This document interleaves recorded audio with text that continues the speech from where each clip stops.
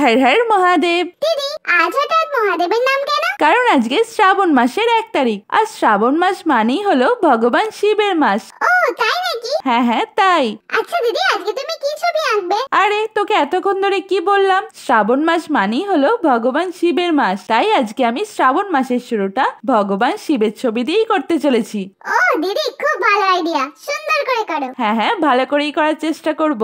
আচ্ছা দিদি, শ্রাবণ মাসকে ভগবান শিবের মাস কেন বলা হয়? তুই বন্ধুদের জিজ্ঞেস কর, আমাকে জিজ্ঞাসা না করে। বন্ধুরা কমেন্ট করার পর আমি নিশ্চয়ই এর উত্তর বলে দেব। আচ্ছা বন্ধুরা, প্লিজ কমেন্ট করে তাড়াতাড়ি জানাও তো শ্রাবণ মাসকে শিবের মাস কেন বলা হয়। হ্যাঁ বন্ধুরা, অবশ্যই কমেন্ট করো, আর আমাদের চ্যানেলটা সাবস্ক্রাইব করতে ভুলবে না কিন্তু। হ্যাঁ হ্যাঁ, সাবস্ক্রাইবের সাথে সাথে আমার জন্য একটা স্পেশাল করে লাইকও করে দিও, বুঝেছো? দেখ কেমন হয়েছে। দারুণ হয়েছে দিদি, ফাটাফাটি। হর হর মহাদেব। তোমাদের কেমন লাগলেও প্লিজ জানিও। দেখা হবে পরের দিন। Bye bye.